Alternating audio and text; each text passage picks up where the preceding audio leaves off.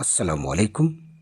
চতুর্থ শ্রেণীর শিক্ষার্থী বন্ধুরা, একেবারে হাঁটি হাঁটি পা পা মিটিমিটি করে ধীরে ধীরে আমরা চলে এসেছি শেষ পৃষ্ঠায়। চতুর্থ শ্রেণীর গণিত বইয়ের আজকের শেষ পৃষ্ঠার সমাধান। তবে এতদিন যে ক্লাসগুলো নিয়ে এলাম, এই ক্লাসগুলোর ভিতরে শুধু আমি নিয়েছি বইয়ের সমাধানগুলো, অতিরিক্ত কোনো কিছুই করাইনি, তাই না?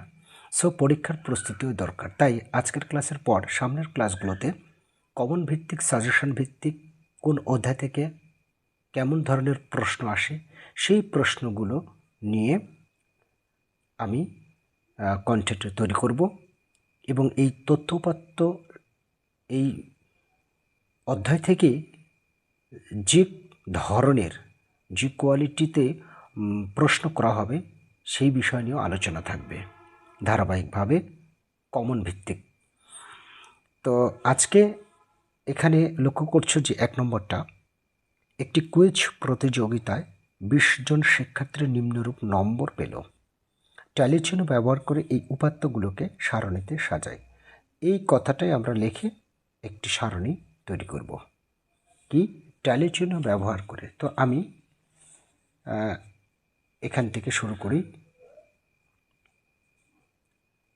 এখানে উত্তরপত্রে এইভাবে লিখবে: 1 নং সমাধান।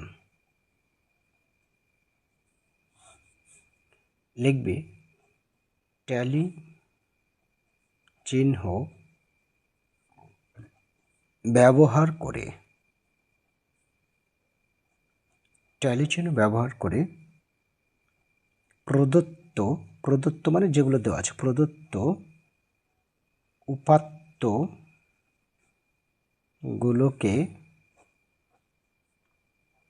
সাজাই। বাস, এবার সাজিয়ে দাও। যার কারণ একটি তোমরা অবশ্যই স্কেল দিয়ে আঁকবে। আমার হাতই মোটামুটিভাবে যথেষ্ট, খুব খারাপ হবে না আশা করছি।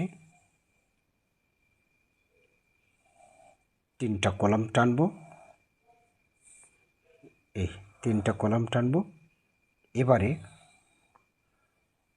প্রথমে লিখবো আমরা প্রাপ্ত নম্বর।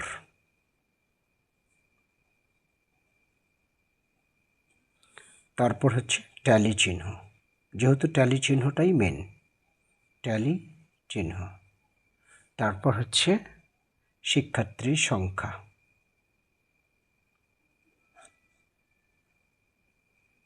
শিক্ষার্থী সংখ্যা। ব্যাস, এবার আমরা দিয়ে দেব।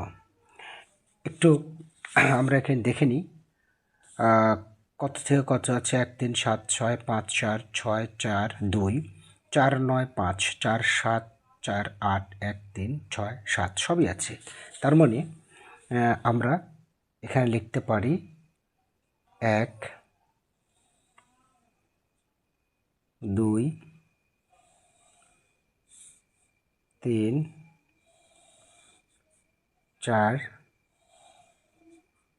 5 6 7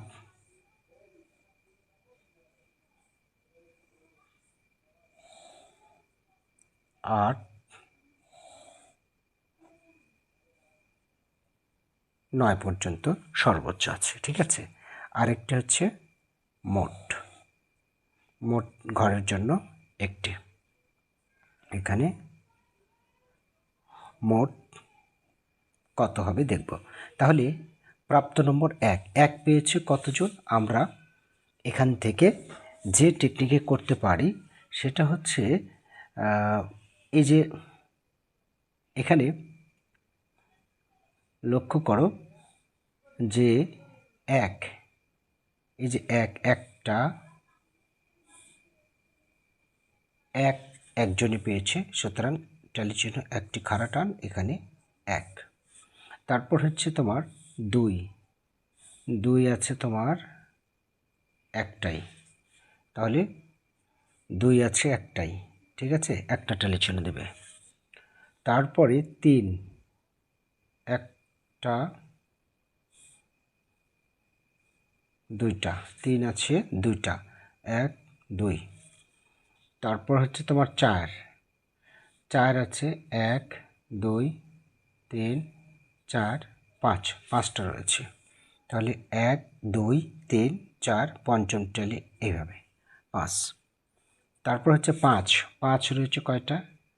5 রয়েছে তোমার একটা, দুইটা রয়েছে 5, সুতরাং 1 2।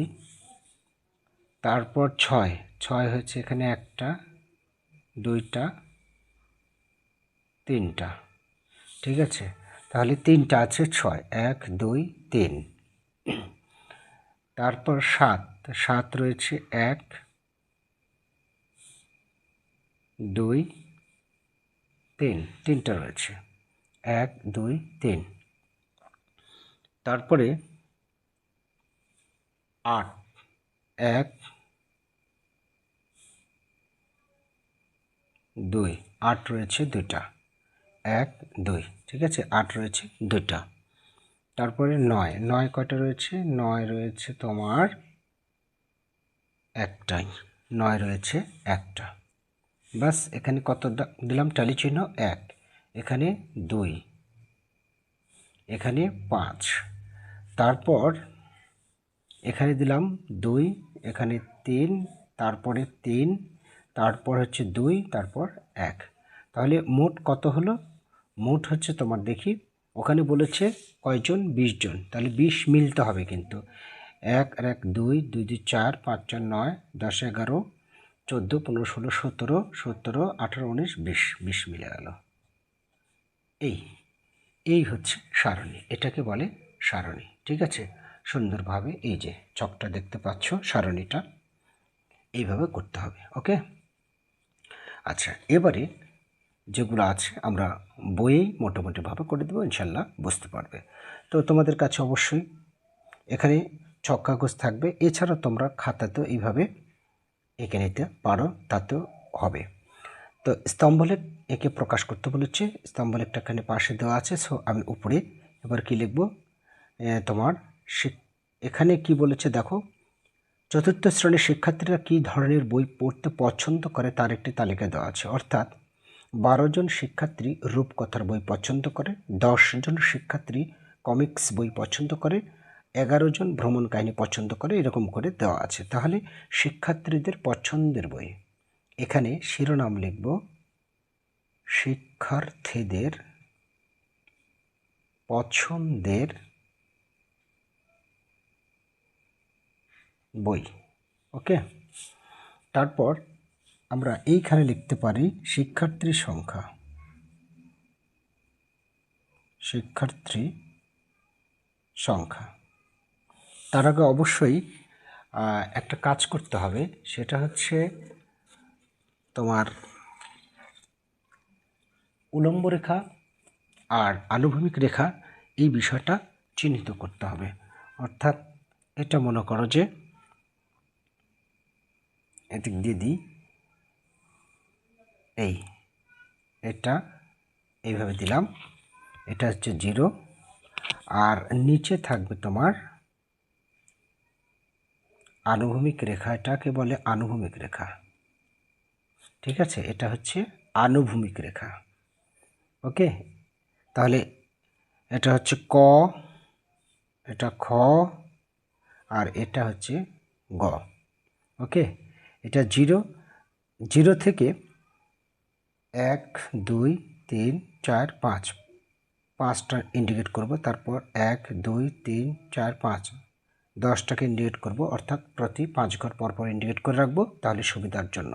আর গ্রাফ পেপারে এমনিতেই 5 ঘর পরপরই লাল দাগ থাকে, তাই না? আচ্ছা, এবারে তাহলে এখানে এই স্তম্ভলেখের শিরোনাম হলো শিক্ষার্থীদের পছন্দের বই। এবার রূপকথার বই, প্রথমে আছে রূপকথার বই। তাহলে 1 ঘর পরপর, এই যে এটাকে 1 ঘর বাদ দিয়ে এটা, এই সোজা লিখতে হবে রূপকথার বই। ঠিক আছে, এই সোজা লিখতে হবে রূপকথার বই। তারপর 1 ঘর বাদ দিয়ে এটা এখানে লিখবে কমিক্স বই। তারপর ভ্রমণ কাহিনী, 1 ঘর বাদ দিয়ে এখানে ভ্রমণ কাহিনী, এখানে জায়গা নেই, আমি সঠিক শুধু বসিয়ে দিচ্ছি। তারপর গোয়েন্দা কাহিনী 1 2, এই যে এখানে গোয়েন্দা কাহিনী, বৈজ্ঞানিক গল্প কাহিনী এখানে এক ঘর পর, ঠিক আছে, সবসময় এক ঘর পর পর বৈজ্ঞানিক গল্প কাহিনী। এখন কতগুলো আছে? রূপকথার বই পছন্দ করে 12 জন।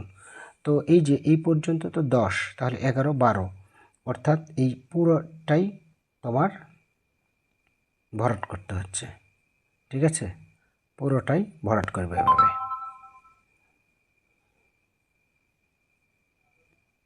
এই, ঠিক আছে। আর এখানে দুই একটি যদি বেশিও হয় তাতে কোনো সমস্যা নেই। আচ্ছা, তারপরে এরপরে তোমার কমিক্স বই পছন্দ করে 10 জন। এই যে কমিক্স লিখেছি আমি, কমিক্স হচ্ছে 10, এই যে 10 ইন্ডিকেট করেই আছে, সুতরাং এই পর্যন্ত, ঠিক আছে, এই পর্যন্ত আসবে। তো আমি এরকম করে দিচ্ছি, তোমরা সুন্দরভাবে পেন্সিল দিয়ে ভরাট করে দেবে, এভাবে এরকম করে সুন্দর করে ভরাট করে দেবে, ঠিক আছে। আচ্ছা, তারপর হচ্ছে ভ্রমণ কাহিনী 11 জন, তার মানে এই যে এক ঘর পরপর এটা হচ্ছে 11, এই যে এখানে আছে 10, সুতরাং 11 হচ্ছে এই পর্যন্ত, ভ্রমণ কাহিনী 11।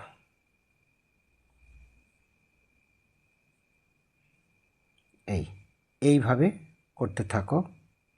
তারপর গোয়েন্দা কাহিনী 8 জন, তাহলে এখানে আছে 5, তারপর 6, 7, 8 এই পর্যন্ত, ঠিক আছে। আচ্ছা, তারপর হচ্ছে তোমার কি আছে, গোয়েন্দা কাহিনী গেল, বৈজ্ঞানিক কাহিনী 7 জন, 7 জন এইখানে সরি এটা না, এক ঘর পর পর এটা হবে, এটা এই হচ্ছে তোমার স্তম্ভলেখ অঙ্ক হয়ে গেল। ওকে, মনে রাখবে এটা এক ঘর পর পর হবে। আচ্ছা, এর পরবর্তীতে আরেকটি আছে, তাহলেই আজকের শেষ ক্লাস, শেষ পৃষ্ঠার শেষ ক্লাস। আর এরপরে তোমাদের কমন ভিত্তিক সাজেশনমূলক পরীক্ষায় প্রশ্ন কিভাবে আসবে সেরকমভাবে মডেল প্রশ্ন তুলে ধরা হবে, একবারে বাছাই করে যে ধরনের প্রশ্ন আসবে তোমাদের পরীক্ষায়। কমন ভিত্তিক কিছু প্রশ্ন নিয়ে সামনের ভিডিও করব। সামনে যে ভিডিওগুলো আসবে, ক্লাসগুলো আসবে, সেখানে প্রতিটা অধ্যায়ের কীভাবে কাঠামোবদ্ধ প্রশ্ন তৈরি করা হয় সেগুলো থাকবে।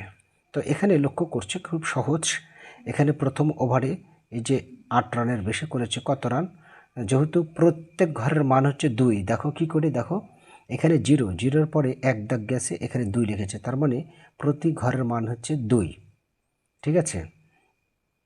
আচ্ছা, তাহলে কোন ওভারে সবচেয়ে বেশি রান করেছে, সবচেয়ে বেশি স্তম্ভলেখ উঠেছে, দেখো উলম্ব রেখা, এই যে এখানে, এই যে এখানে আছে 14 আর অর্ধেক গিয়েছে, তাহলে 15, কারণ প্রতি ঘরের মান হচ্ছে 2, তাই অর্ধেক নাও, তাহলে 15। কোন ওভারে সবচেয়ে বেশি রান করেছে, চতুর্থ ওভারে সবচেয়ে বেশি রান করেছে, 1 নম্বর দিয়ে লিখে দেবে। তারপর কোন ওভারে সবচেয়ে কম রান করেছে, সবচেয়ে কম রান করেছে এই যে এই ওভারে, অর্থাৎ 2, 4, 5 রান করেছে এখানে, তাহলে লিখে দিবে তৃতীয় ওভারে সবচেয়ে কম রান করেছে, কম রান দিয়েছেন, করেছেন দিয়েছেন। 6 ওভারে মোট রান কত, লিখবে 3 নম্বর দিয়ে যে 6 ওভারে মোট রান এখন যোগ করে দিবে, অর্থাৎ প্রথম ওভারে এই যে 9 যোগ, দ্বিতীয় ওভারে হচ্ছে তোমার 11 যোগ, তৃতীয় ওভারে তোমার 5 যোগ, চতুর্থ ওভারে 15, পঞ্চম ওভারে কত, এই যে 10-এর সাথে মিলিয়ে গেছে, তাহলে 10, তারপর ষষ্ঠ ওভারে তোমার এই যে এইখানে আছে 12 আর একে 13 রান, সবগুলো যোগ করে দেবো, ঠিক আছে। অর্থাৎ এই যে 10 আর 13, 23, 5, 28, 38, 43, 44, 54, 55, 56, 57, 58, 59, 60, 61, 62, 63 রান, মোট হচ্ছে 63 রান। ওকে, তাহলে শিক্ষার্থী বন্ধুরা, আশা করছি তোমরা খুব ভালোভাবেই প্রশ্নগুলো বুঝতে পেরেছ, সমাধানগুলো। আগামী দিনে ইনশাল্লাহ কমন ভিত্তিক মডেল টেস্ট তুলে ধরা হবে তোমাদের অর্ধবার্ষিক পরীক্ষার জন্য। যে প্রশ্ন বা যে ধরনের যে কোয়ালিটি প্রশ্ন আসবে সেই প্রশ্নের আঙ্গিকে ক্লাস নেওয়া হবে। ভালো থেকো, তোমাদের শুভ কামনা করে আজকের ক্লাসটা এখানে শেষ করছি। আল্লাহ হাফেজ।